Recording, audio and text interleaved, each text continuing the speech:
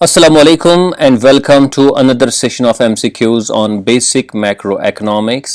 आज हमारा 12th session है MCQs का बेसिक मैक्रो इकोनॉमिक्स पे। 12th जो हमारा लेक्चर है बेसिक मैक्रो इकोनॉमिक्स में, it is about national income accounting NIA और system of national accounts SNA, इसके बारे में है।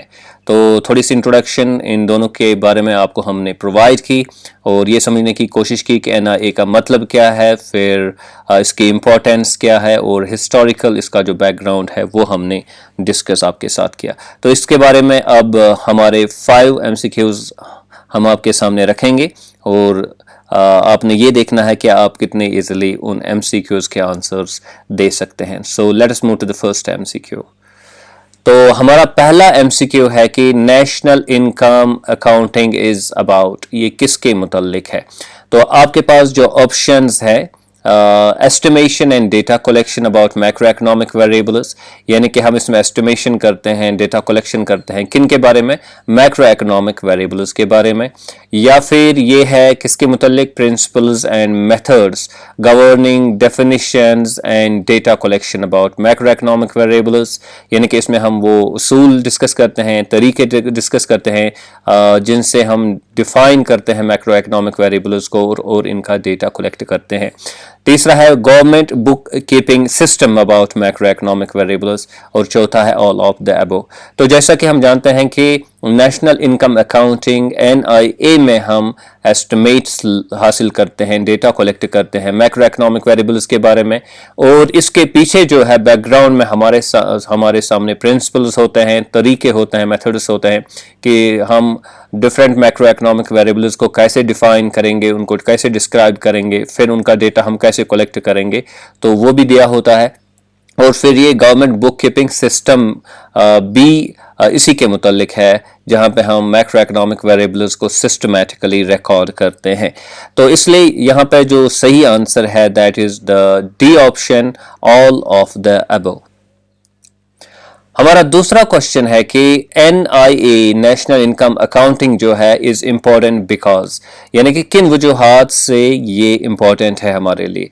तो हमारे सामने ऑप्शंस है क्योंकि measurement of macro economic variables इसी से होता है, NIA के जरिए से होता है, या फिर अंडरस्टैंडिंग नेचर या बिहेवियर ऑफ एन इकॉनमी, हम इसके जरिए से बिहेवियर और नेचर एक इकॉनमी का अंडरस्टैंड कर पाते हैं नेशनल इनकम अकाउंटिंग जब हम स्टडी करते हैं।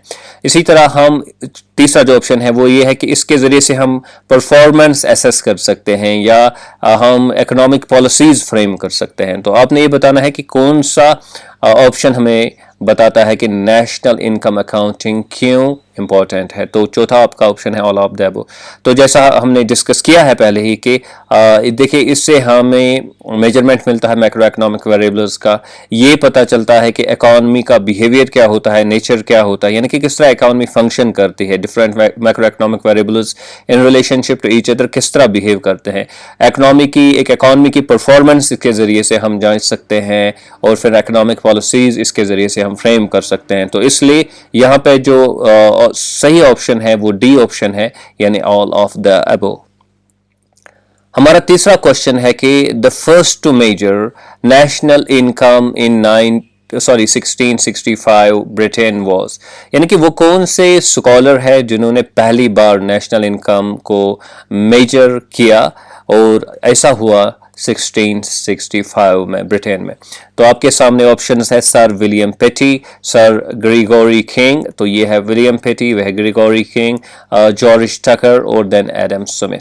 तो आपने सही ऑप्शन यहाँ पे बताना है। तो यहाँ पे जो सही ऑप्शन हमारा है वो है ए ऑप्शन, सर विलियम पेटी वाज द फर्स्ट पर्सन जिसने नेशनल इनकम को मेजर किया, इसकी एक कोशिश की और फ्रेमवर्क इसका डेवलप किया उन दिनों।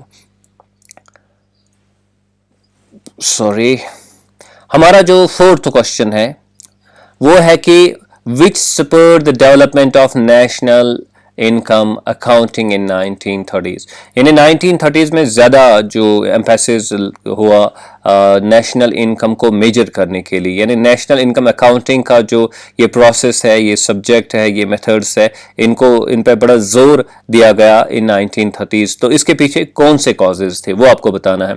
ग्रेट डिप्रेशन इसके पीछे था वजह, जेएम केनीज की एनालिसिस जो है वो इसकी वजह थी।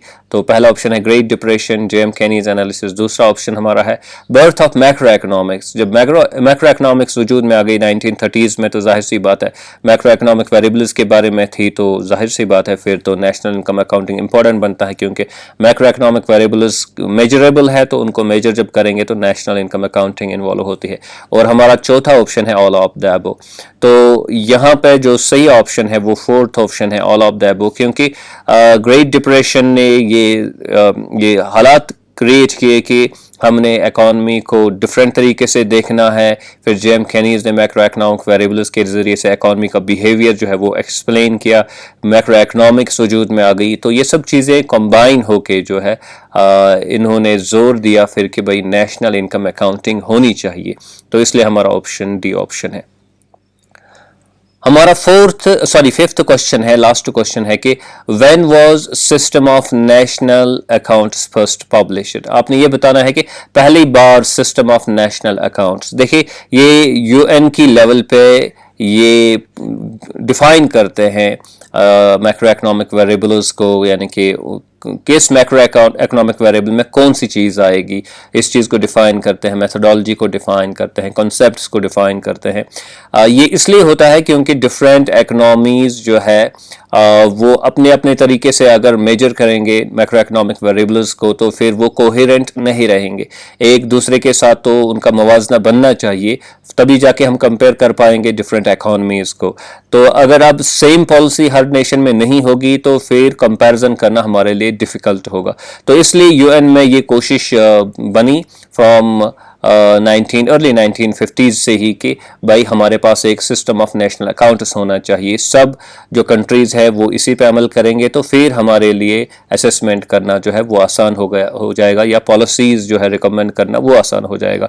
तो अब ये कब पहली बार पब्लिश हुआ, जो इनका डॉक्यूमेंट है सिस्टम ऑफ नेशनल अकाउंट से कब पहली बार पब्लिश हुआ? तो आपके पास ऑप्शंस है 1960, 1993, 1953, 1964।